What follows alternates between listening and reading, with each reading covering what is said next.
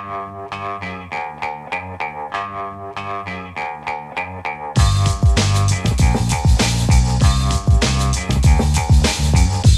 the Brian Lehrer Show on WNYC. Good morning, everyone.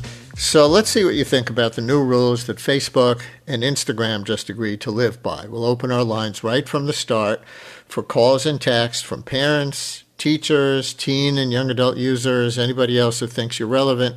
212-433-WNYC. Call or text 212-433-9692. You've probably heard the headline by now. Meta, owned by Mark Zuckerberg, reached an out-of-court settlement yesterday in a lawsuit that sought more than $1 trillion in damages and new ways to curb youth and teenage addiction to Meta's social media platforms and the subsequent mental health problems that have become so widespread. The suit, brought by the states of New Jersey, California, Colorado, and Kentucky, alleged that Instagram and Facebook in particular were purposely designed to get kids hooked and that the company purposely misled the public about it.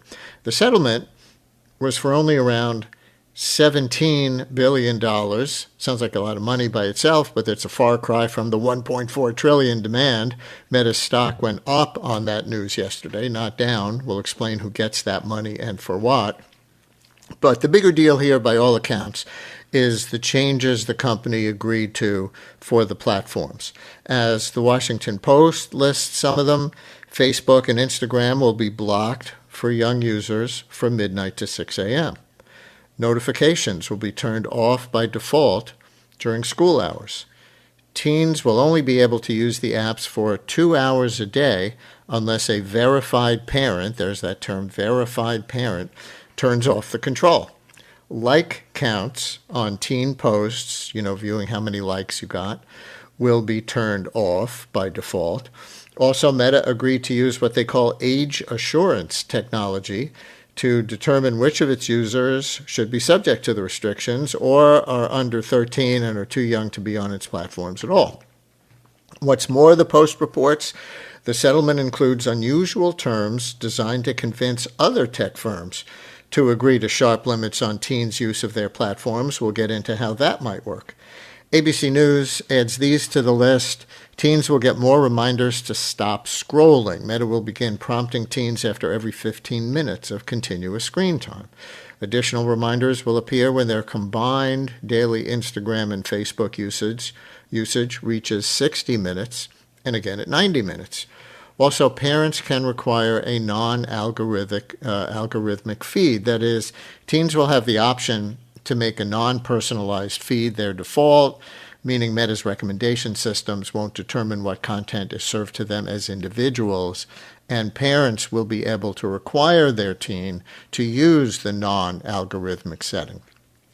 ABC notes, however, that there are exceptions to some of these guardrails, like that teens could still receive notifications for direct messages. I guess that means from people they know.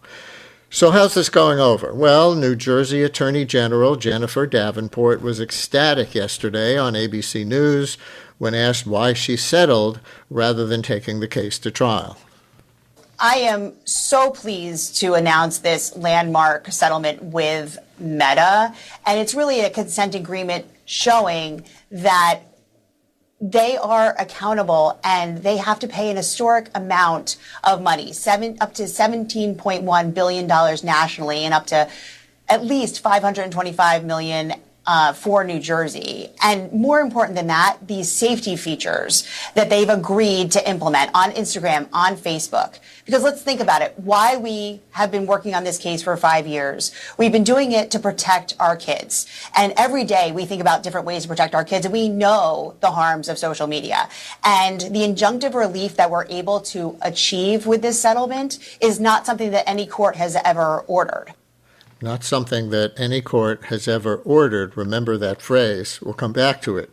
New Jersey Attorney General Jennifer Davenport. So parents, teachers, teen and young adult users, what do you think? Are you as enthusiastic as New Jersey's AG? 212-433 WNYC, 212-433 9692. Call or text. Will this help you protect your kids? parents from the mental health risks of social media? A lot, a little, not much at all, in your opinion? Will kids just find their way around these restrictions? Wouldn't be the first time that happened, right?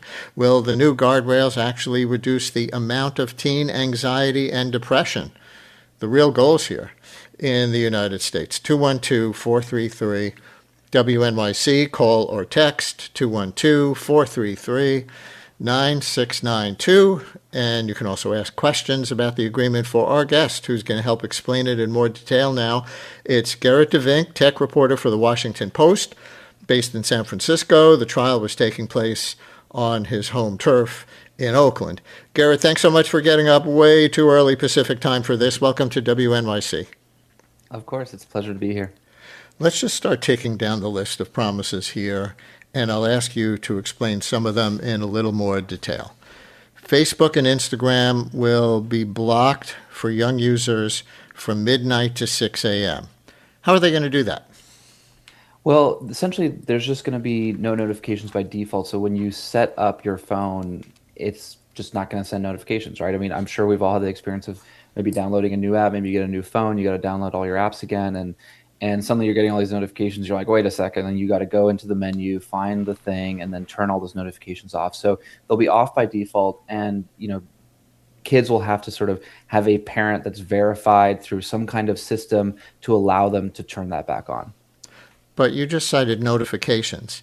That doesn't sound as general as all young users, I guess under a certain age, you can tell me what age, will be blocked between midnight and 6 a.m. from using the platforms at all, right?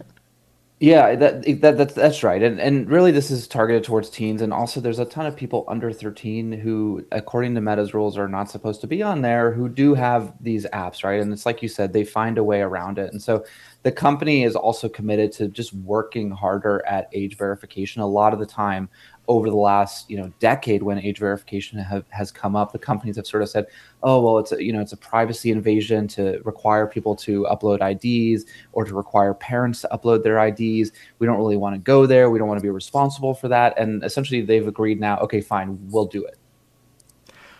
And you wrote that to that point, Meta agreed to use what they call age assurance technology to determine which of its users should be subject to the restrictions or are under 13 and too young to be on the platforms at all. How does that age assurance technology work? Like, why can't someone's 10-year-old go on Facebook or Instagram and say they're 22? It's not a perfect technology. Sometimes they use facial recognition, where they essentially run your face through an algorithm that determines how old you are. And as you can imagine, doesn't always get it right. And so when this has been instituted in the past, it's definitely led to frustration for a lot of people. But essentially they've said, okay, we're going to go for it, right? Because there are still a ton of people, lots of parents, child advocates who say, stop making excuses. Sure, we know there's some privacy risks. Let's work through that. Sure, we know this technology is not perfect, but we want to try to do it. We don't want to hear more excuses. We want to actually try to live in a world where we at least attempt to verify the age of kids that are using these social media apps. All right, another one. Teens will only be able to use the apps for 2 hours a day unless a verified parent turns off the control. Is that 2 hours on each device? Like what if they have a phone, a tablet, and a laptop at their disposal? Yeah, I mean, the companies are getting better at sort of tracking you. I'm sure people have had the experience of maybe having logged into too many devices on their Netflix, and suddenly they're getting notifications that they're getting kicked out of their Netflix because it's working on their phone and their laptop and their TV and their cousin's TV and their grandma's tablet. And so, the companies have improved this technology over the years because they want to know more about us, right? And so I do think that Meta, they're one of the biggest tech companies out there. They know how to run these kinds of back-end systems. And so they've agreed to make as strong of an effort as they can to tracking that 2 hours. And it's going to be across apps and across devices. And listeners, this is one of the things you can react to. Is 2 hours a little or a lot? It's 2 hours on each platform, right? So they could be 2 hours on Instagram and 2 hours on Facebook within a given day? No, it's cumulative. So it's cumulative. It is cumulative? Uh-huh. Yeah.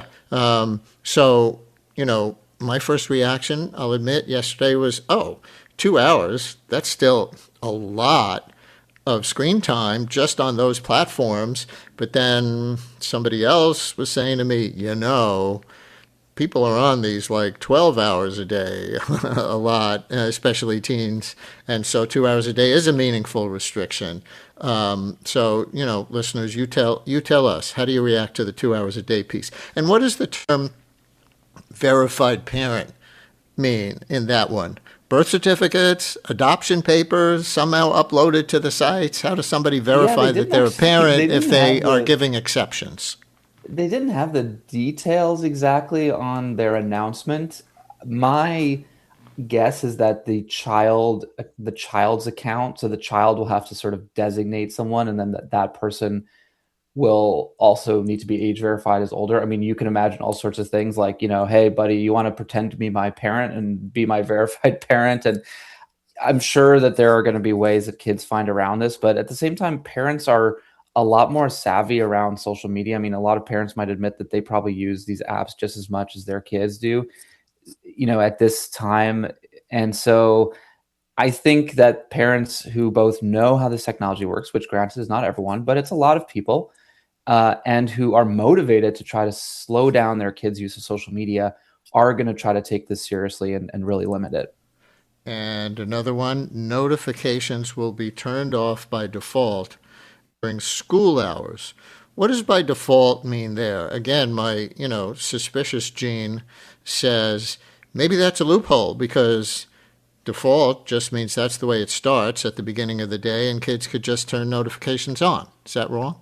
I I think that's right. I think defaults though are quite important when it comes to this technology, right? Because in the past, the default has been notifications on, the default has been data sharing on, the default has been no limitations. And Meta and other social media companies have always provided tools for people to go in and limit it, right? Set time limits for yourself, turn off your notifications from certain people. There's all sorts of options that have been available to us for many, many years. But one of the main things that was at question at this trial was whether kids actually use that. And some former Meta employees testified that according to the internal numbers that they had access to when they were working at the company, in some cases, 99% of kids never went and turned off those things. They just defaulted to the way the phone came, the way the app came. And so now it's going to be flipped. Instead of everything default off, it's going to be everything default on.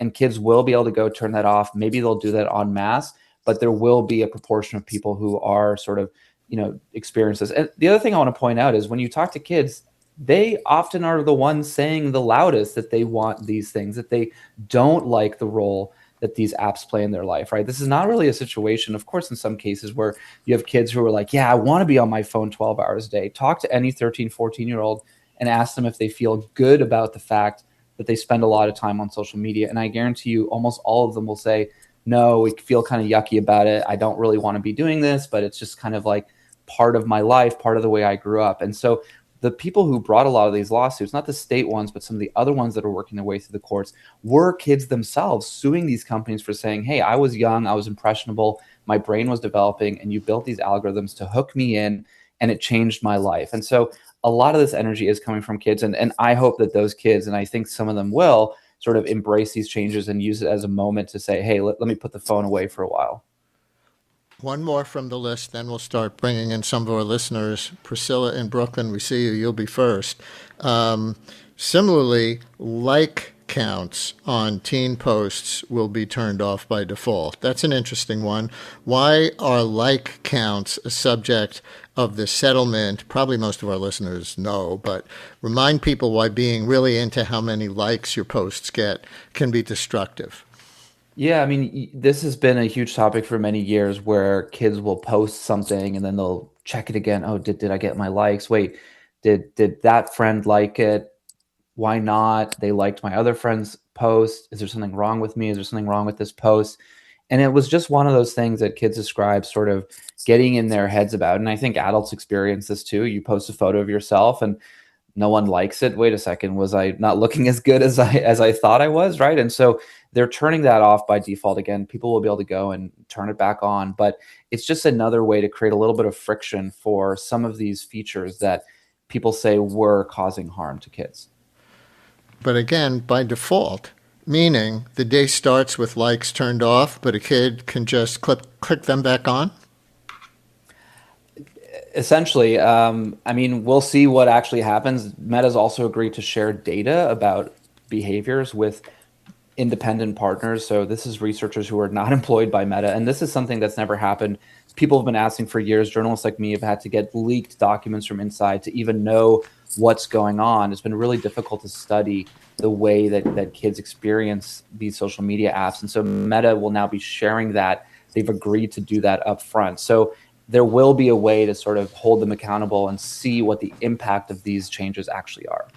All right, if you're just joining us, we're talking about the items in Meta's settlement out of court, meaning it didn't go to trial, in this $1 trillion lawsuit aimed at reducing the harms to teens and even younger people from Meta's platforms, particularly Instagram and Facebook. We'll keep going down the list because even though we spent our first 15 minutes just ticking off this item, that item, the other item, there's a bunch more. So we'll get back to that with Garrett DeVink covering this for the Washington Post out of San Francisco. But let's hear what some of you think about this. Priscilla in Brooklyn, you're on WNYC. Hi, Priscilla.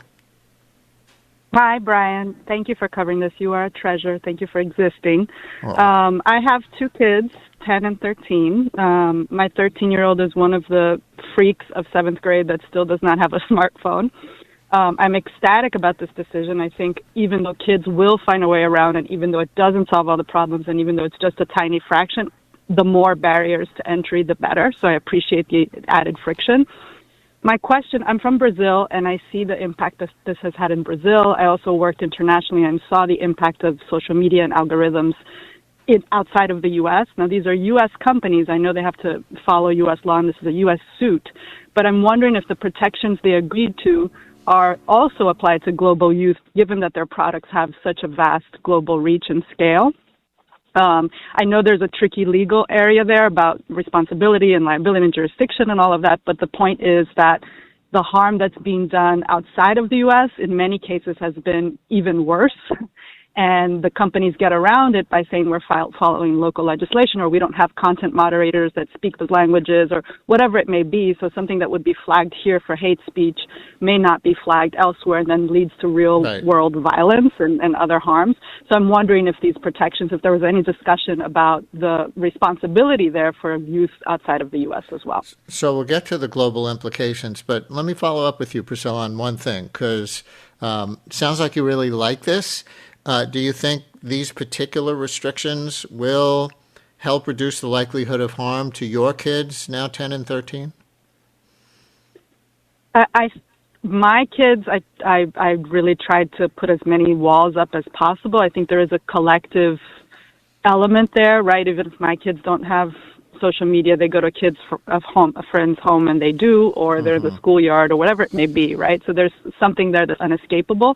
I do think this is a very tiny drop in the bucket and not nearly where it needed to be, but I welcome it because I think it's a step in the right direction. Yeah. So it sounds like you're so on this as a parent. You probably know that one of Meta's arguments over time has been that it's ultimately up to parents themselves to police their children's phone use. You know, that you could do all of these things that they're doing, more or less, if you put limits on your kids' uses, which it sounds like you as an individual do. Do you have a take on why that's not enough? Yeah, I mean, I think the addictive component is really important. Two, I see parents, whose kids have to be home for hours on end on their own because they're working, and there's sometimes that control is not as possible, and I think kids find ways around for sure. I remember when they banned devices in schools, kids would be opening Google Docs, which is what they were supposed to be using to do their assignments, to talk to each other during class. So kids will find ways around. I think there's a parent responsibility, but I also think there's a responsibility for the people who are making such huge profits off of these products, including advertisers. Priscilla, thank you so much for your call. So in the case, Garrett, did Zuckerberg and his lawyers conclude that the jury wouldn't buy the parental responsibility, individual responsibility argument rather than structural responsibility, as we were just discussing? Yeah, I think so. I mean, I think, this settlement has probably been in the works for a while. It didn't just include the 4 states that we're suing in this particular case. It actually included 47 states and 2 territories. There's a couple holdouts. We can talk about that if you want. But essentially, Wait, this, which in my three opinion, is states didn't get on board? Do you know? so New Mexico had already settled, or sorry, already had Its won own a suit, case against Meta, right? and Florida said, we're going after you guys. This is not enough money. There was a Oh, lot of bombastic claims from the Florida Attorney General yesterday on Twitter about it. So when the legal we'll odyssey get is not completely over for Meta. we'll get to the money. What do you say to Priscilla's question about other countries? This is just the United States agreement, right? This is just the United States, but I think it's going to be very hard for Meta to stop this from essentially being put in place in many other countries. Some countries like Australia already have really strict age verification rules for who can use social media. Countries like Canada, the UK, a lot of big English speaking countries have been talking about this, have legislation of their own. And I think now that they've gone and done it in the US, their most important market, it's going to be very hard for Meta to argue that kids in those other countries are somehow different. And so I think this is a big moment for people in across the world who want to limit teen social media use to sort of really push in and get the same agreement in their own countries. I think it's likely to happen. Listener texts, "Hi, Maria, parent to a 14-year-old. I have mixed feelings about the settlement. Teens can and will find workarounds to the limits, and the verified parent means parents will need to disclose personal identifying, usually legal IDs, information to monitor this. With the number of data leaks, I don't trust companies to keep my data safe." What do you say to that, listener? Yeah, I mean, I think that's been a big part of this conversation for years, right? I mean, again, yeah, having to verify your ID online to use the internet. I mean, this is the same when it comes to some of the pornography limitations that US states have tried to put in place, right? We're used to using the internet without needing to say, this is who I am, here's my name, this is my ID, and the way that we do when we do other sort of more official things, use financial services, that kind of thing. And it's possible that we are moving more into a world where if you want to access the entire internet, you might have to verify your identity. And that does raise very serious questions about privacy and surveillance. We know the government has no qualms often for asking big tech companies for data, even if there's no accidental leaks. The government can subpoena information. So I definitely hear that concern. I think this has been part of this push and pull. And for years, this has been one of the arguments that Meta has sort of taken advantage of and said, this is why we don't want to do this. And essentially, we've sort of said, okay, sure, freedom of speech, kids should be able to use the apps the way they want. It's parental responsibility. But there's been this growing group of people in our society that have said, look, it's not possible for parents to sit and watch their kids 24/7. These apps were purposely designed to be addictive, to essentially get into the home and make parents' lives harder, right? It's already super hard being a parent. Suddenly you have all these highly paid people in San Francisco figuring out how to addict your kids to an app, right? That's been the argument. And so we really, with this agreement, have sort of a sea change where that group who have said, look, it's not enough to just say parental responsibility. It says, has won, right? And Meta has capitulated to them and said, okay, fine, we're going to change everything about how these apps work to sort of admit that this wasn't just a question of put your phone down, that we purposely designed these things to make them harder to put down than anything else. And a listener writes, "I believe it's too far gone now. They've waited too long to put any kind of parameters in place to protect teens and kids. Since COVID, I have noticed a fundamental shift in my teens' personalities. They are completely addicted to their devices. I have to physically tear them away from their hands. There's no way to delete the account definitively, and there's no contact information for the company. And as teens, they are so much more savvy than adults to get around these protections," writes that parent. Ian in Valley Stream on WNYC. Hi, Ian. Hey, good morning, Brian.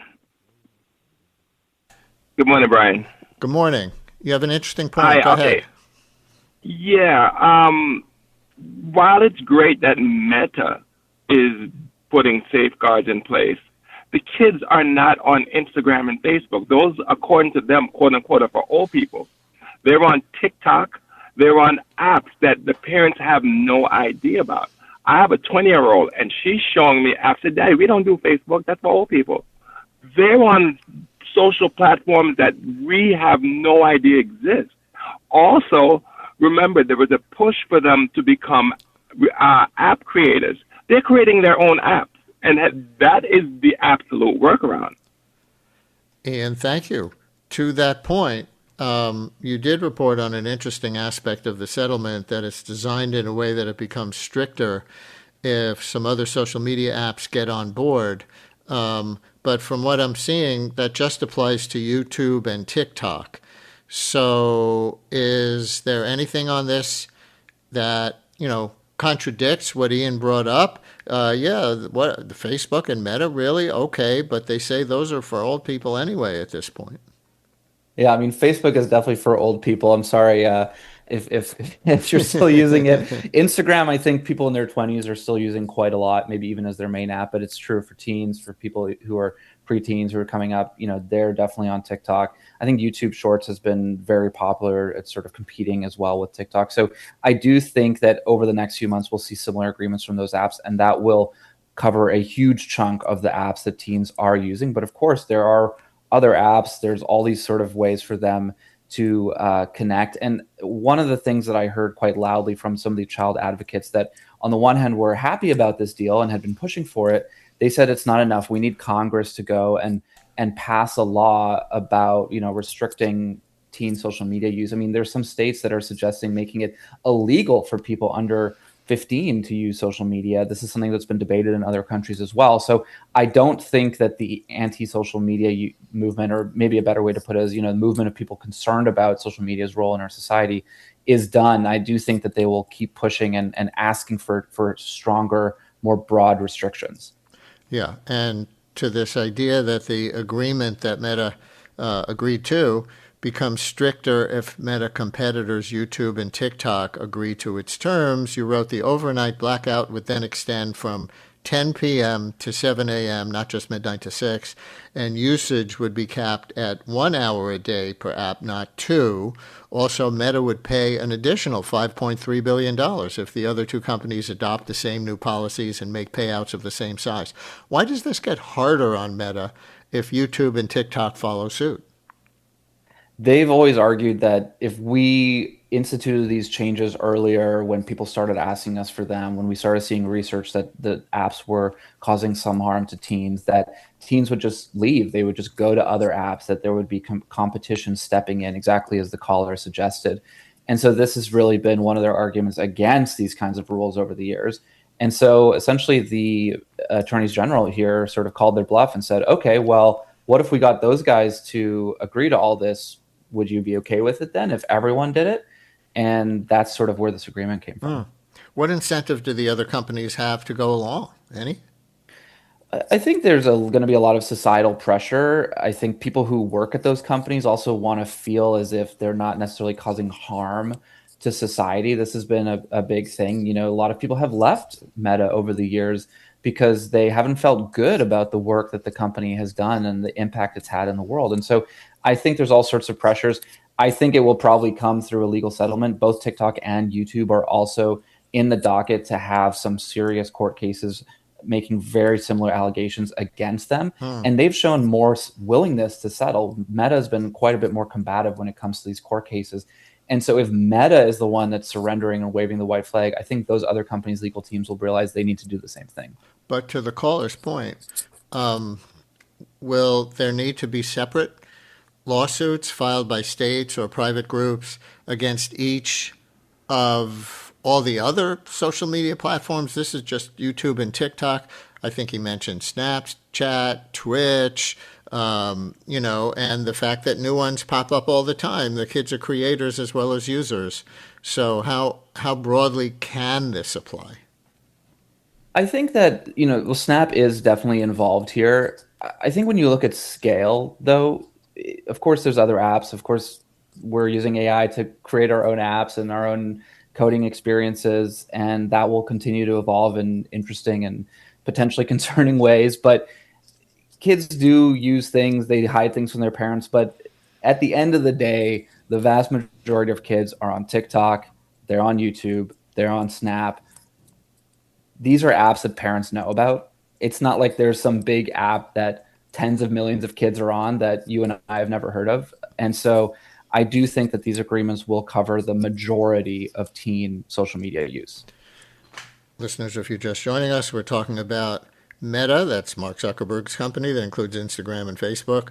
Obviously, settlement in the lawsuit that asked for $1.4 trillion in damages for the harm that's been done to teens, and new restrictions on those platforms and how young people can use them, with Garrett DeVink covering it for the Washington Post in San Francisco, and Tulis in Harlem. You're on WNYC. Hi, Tulis.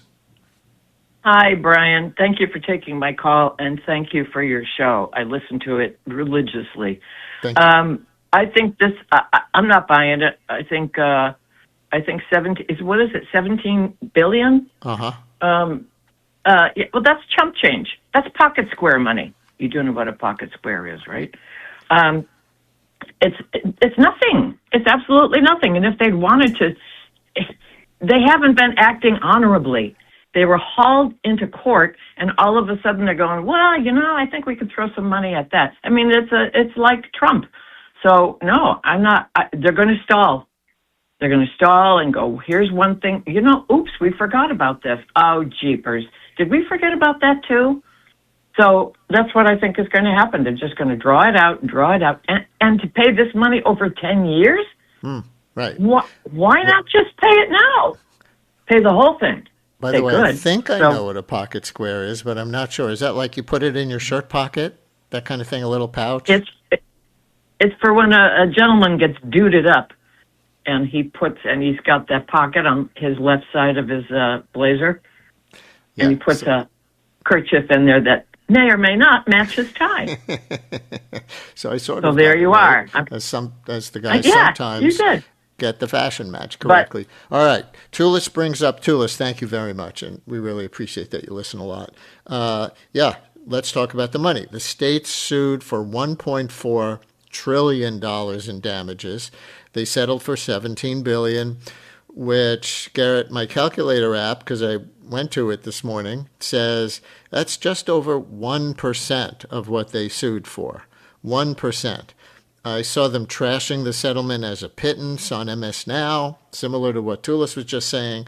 I saw some much more positive takes comparing it to the big tobacco settlement or the big fossil fuels settlement. How would you begin to put the $17 billion into context and the range of reactions to it?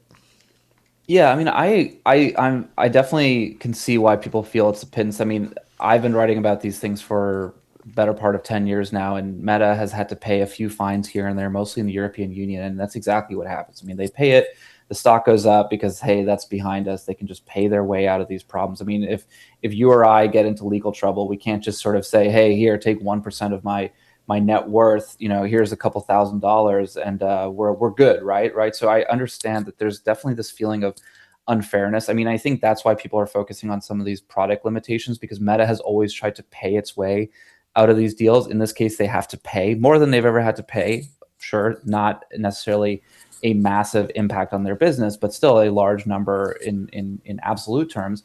But they also have to agree to all these things. And that's always, the fact that it's both of them is what is significant here, right? And so it's completely possible that Meta tries to get around this, that they, slow things down. But this is the, 47 states in the United States agreeing on paper.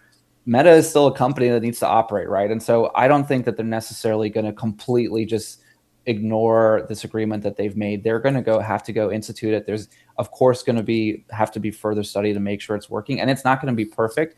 And I also think people are going to keep suing them and trying to get more out of them in the coming years. And just to put it in context for some of the other big settlements that people may be familiar with. So the tobacco one, sort of cumulatively, when you looked at all the different companies that had to pay settlements back in the 90s, we had a huge reckoning for that industry. That was $200 billion spread around those companies. So that was probably the biggest one in U.S. history. We had the opioid settlement, which was about $60 billion, right? And that had, was a situation that just wreaked havoc on the lives of tens of thousands of Americans, killed many, many people. The BP oil disaster, the Deepwater Horizon, was about $20 billion. That's when, all that oil spilled in the Gulf and caused a lot of, disruption to people's livelihoods and, of course, huge environmental damage. And then we have Meta. And the next one is the VW settlement when they lied about their emissions. And so this is definitely in the pantheon of big American payouts from corporations for harm that they've caused to society. But to Tulis's point, Meta stock went up a little bit yesterday, not down after this was announced. I dug into the numbers on that a little bit. Their revenue last year was $200 billion, and this $17 billion settlement is, as the caller noted, spread out over the next 10 years.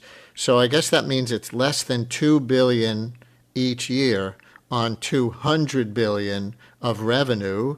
That math is easy. It's 1%.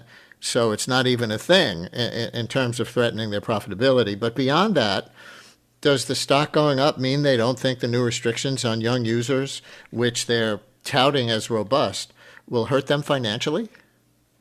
I think that investors think that. I mean, I think that investors probably feel this was maybe a bigger deal in the past, that, like some of the callers have pointed out, maybe Meta isn't actually that popular with young people anymore. Maybe investors feel they sense that there is a reckoning here, that Meta can't continue to get away with this kind of behavior, that if we look at society, people are angry about tech, they're angry about AI, they're angry about social media, and they're articulating that. Politicians are actually somewhat listening to them this time versus, covering the stuff over the years. Of course, there's been tech backlashes, there's been concerns about technology, but we've never really seen anything concrete happen. It's been a few little fines, maybe some state laws here and there, but now we're in this moment of just general backlash against the technology industry at large. People are really fired up about this, and they're very politically active. And so I think the investors are sort of saying, oh, maybe they needed to do this. Maybe they needed to protect their future by making a bit of a sacrifice in terms of their business and limiting their young users in terms of how they can actually advertise to them and how much time they're going to spend on these apps, in order to not just get wiped out completely by the roving hordes of people who are angry about technology, right? I mean, that might be where that investor mindset is coming from. Yeah. So one last thing about this lawsuit, and then we're actually going to get to one of your other articles about something else that Mark Zuckerberg did this month that almost contradicts the admissions, if there are admissions, in the settlement. And actually, that's my other question about the suit. It was based on the claims that Instagram and Facebook were purposely designed to get kids hooked, and that the company misled the public about that on the way to these real mental health harms that are so widespread. Does the settlement acknowledge those claims as fact or admissions in any way? Meta has not admitted that it manipulated or sort of hid things. The head of Instagram, Adam Mosseri, actually testified in court the day before the settlement was announced. He was the first big witness from the Meta side. And he said, yeah, like, I wish that we had made some of these changes sooner, but it wasn't malicious. So Meta has maintained their line that they're not out trying to manipulatively addict kids to technology, that they want people to use their technology freely and in a happy, positive place. And so that is something advocates may have wanted, maybe parents wanted, maybe a lot of these kids themselves wanted to hear, but they're going to have to sort of be okay with Meta maybe tacitly admitting it by agreeing to these platform changes. All right. We'll come back and finish up briefly with Garrett DeVink, tech reporter for the Washington Post, on one other Mark Zuckerberg thing from this month. Garrett's headline on this one: Mark Zuckerberg's latest manifesto promises to save America with AI. Save America with AI. We'll play a Zuckerberg clip that sounds utopian, as that headline does, and discuss its implications for government regulation of AI or not. Stay with us. All right, hey, so I think that the key to building a positive future for everyone is to make sure that everyone has access to personal superintelligence. Mark Zuckerberg, early this month. A few more minutes now with Garrett DeVink, tech reporter for the Washington Post, on one other Mark Zuckerberg thing from this month. Garrett's headline on this one: Mark Zuckerberg's latest manifesto promises to save America with AI. Garrett, I'll play a longer version of that little clip in a minute, but that was some claim at the beginning of his Instagram post on this manifesto. What's this golden age as he imagines it? Yeah, I mean, this is really coming from the fact that, as we were talking about a little bit during the hour, people are worried about technology, and more Americans are saying, "I don't want this AI thing. I don't believe that these technology companies are being true about all these sort of utopian predictions about how it's going to make the world a better place, cure all the diseases." They sort of smell that something's off and they don't want this. And so the tech industry is really twisting itself in knots to figure out, how do we convince Americans that this is a good thing, that AI is positive. And even when some of those AI leaders are saying, we're not sure if AI is positive, it might, get too smart and take over the world. That's something you hear from real people who are in real positions of authority. And so Mark Zuckerberg is kind of on the opposite side, and he's saying, no, this technology is good. It's going to make us all more capable. If you're a teacher, you're going to have this incredibly intelligent AI that you can use to help do your research, that can kind of give you feedback on lesson plans before you present them to the kids, that can help you do behavioral analysis of a kid who's acting up, to figure out what you need to do or say to help them in their learning journey. If you're a welder, it's going to help you find new jobs. It's going to handle all your emails and payroll for you, so you don't have to do that. You could just focus on what you're good at. And so that's the picture that Mark Zuckerberg is trying to paint as part of this bigger battle to convince people that the technology companies, and their AI ideas are actually going to be good for our society. So here's a slightly longer version of that clip. All right. Hey, Mark. All right, hey. So I think that the key to building a positive future for everyone is to make sure that everyone has access to personal superintelligence. So today, I am proud to share that we are open sourcing a new class of on-device models that we are calling Muse Glimmer. It's a 30 billion parameter dense model that runs on your laptop, and it's the highest performing model of its size. So wait, he's arguing in general that AI is going to lead to a golden age if everybody has access to what he called superintelligence, and then he's rolling out a particular product from his company. Of course. I mean, that's how it works, right? How are we going to get the super intelligence? It's going to be through Meta. It's going to be through using its apps. And honestly, that is one of the ways where people are interacting with this technology for the first time, right? WhatsApp, which is Meta's messaging app, is one of the most popular apps in the world. Outside of the US, it's sort of the main way that people communicate with their friends and family.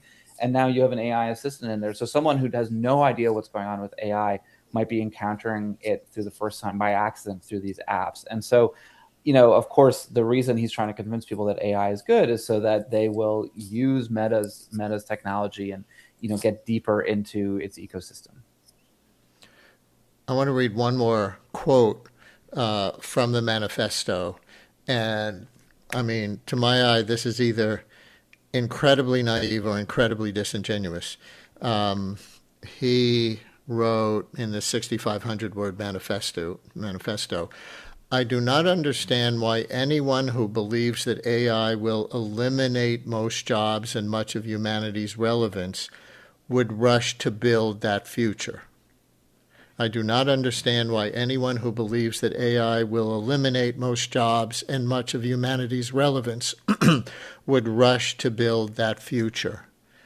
Have you heard people push back on that? Like, of course they would, because either they're going to deceive themselves. Well, I guess if they're deceiving themselves, then they don't actually believe it will eliminate most jobs. But if they believe it will benefit them, then maybe they're just willing to go forth and take that risk.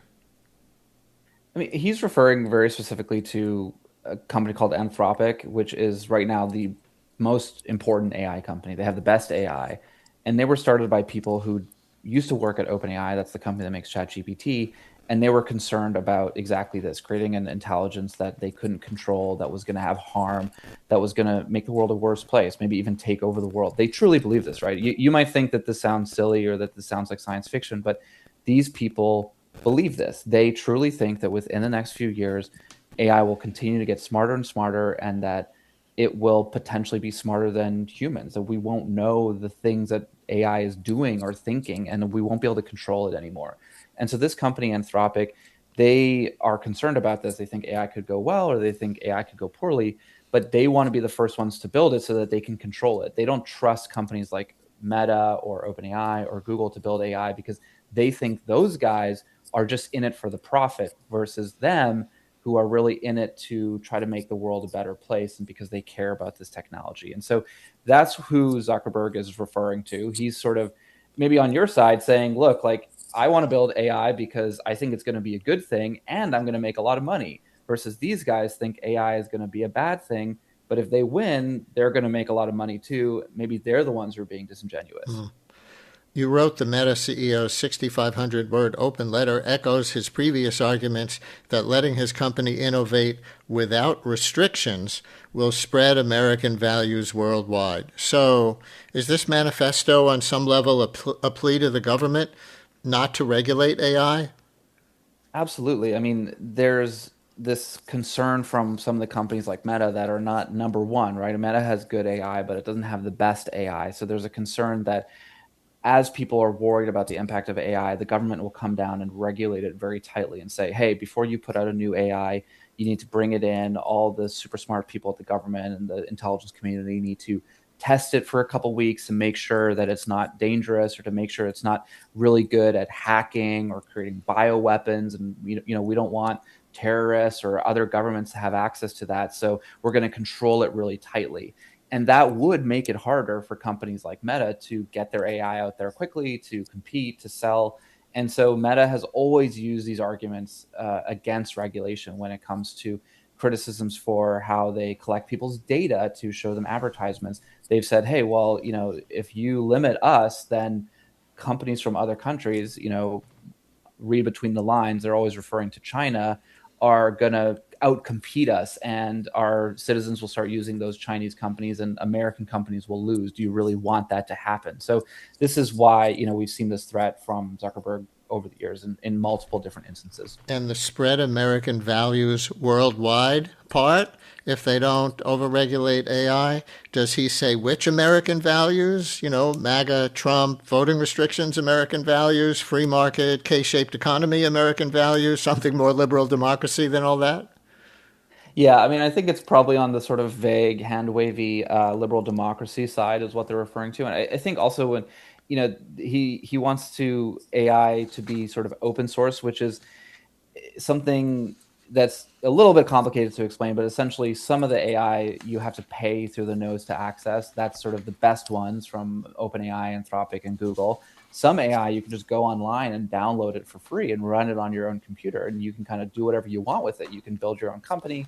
You can do something dangerous. You can do something illegal. You can create the next best company that's going to make the world a better place. You can do whatever you want. And that's sort of what Zuckerberg is referring to. Of course, he's also, working more to put out those open source tools as a way to compete with the companies that are beating him when it comes to the capabilities of the AI. Garrett DeVink covers tech for the Washington Post from San Francisco. We've talked about the settlement between the various attorneys general and Meta for the cash and the new restrictions on how teens and even younger people can use Instagram and Facebook. We've talked a little bit about Zuckerberg's new AI manifesto. Garrett, thanks for getting up way too early, as I said at the beginning, Pacific time, and doing this with us in such detail. We really appreciate it. Of course, I'm a former New Yorker, so it's always a privilege to come talk to you. Thanks so much. Brian Lehrer on WNYC. More in a minute.